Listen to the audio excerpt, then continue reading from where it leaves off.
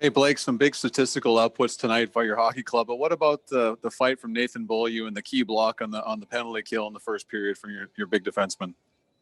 That's everything. I mean, that's everything we want to build our team around. Is why it was imperative for us to keep Bo around. And, for me, it was right at the top of our list this offseason was to keep him on our team. I mean, he's a heart and soul type of player. He'll stand up for any guy on the team. He'll stand in front of any shot. Those are the types of plays that you win hockey games with. I mean, you need guys like that on your team, and we're lucky to have them. We'll go next to Carter Brooks from Game On. Go ahead, Carter. Hi, Blake. The power play went 2 for 3 tonight. What worked? It's been the same the last few games. Clearly after the first game there in Ottawa, they made an adjustment and tried to throw some more pressure at us. So we dealt with it really well tonight. The unit with Nicky on it did a great job coming out there and settling it down and scoring a huge goal for our team. So really lucky to have two units that can contribute and just keep running the same plays for our unit over and over and over again, and hopefully you'll get rewarded. And we got a big one at a big moment in the game tonight. Next, Ken Weeb from Sportsnet. Go ahead. Speaking of being rewarded, Blake, what do you think it means for Paul Stastny after all the chances he generated in the last couple of games here to get going here?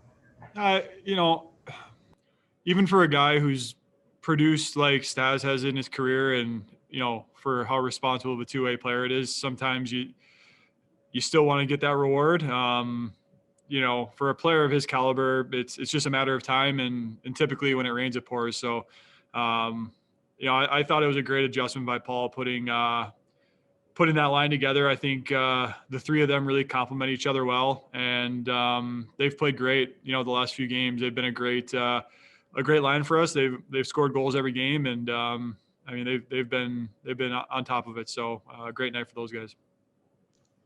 And we'll go next to Scott Billick. Go ahead, Scott.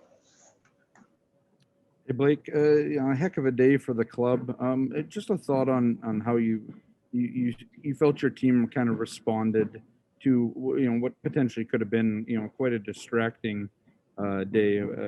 Just thoughts on how the team responded to today. We have a game to play. It's the most important thing. We're professionals, and unfortunately, it's part of this business. But at the end of the day, this is what we do for a living. So this is bigger than anything else that happened today. And I thought, it was a good effort for our team and a big win. And final question to Murat Tatesh from The Athletic. Go ahead, Murat. Blake, pardon, I'm going to try to sneak kind of two thoughts into this. First off, congratulations on the 500th career assist. And second, analytics have always loved the low to high pass, and it looks like you've got quite the office going on the power play low to high. What is it about that kind of play that makes it so dangerous? I think exactly what low to high pass you talking about, just so we're talking about the same thing. Pardon me. On the power play, you found Stastny. I think he hit the post, and then you found Condor through someone's legs, and then you found Stastny right after that too. Yeah.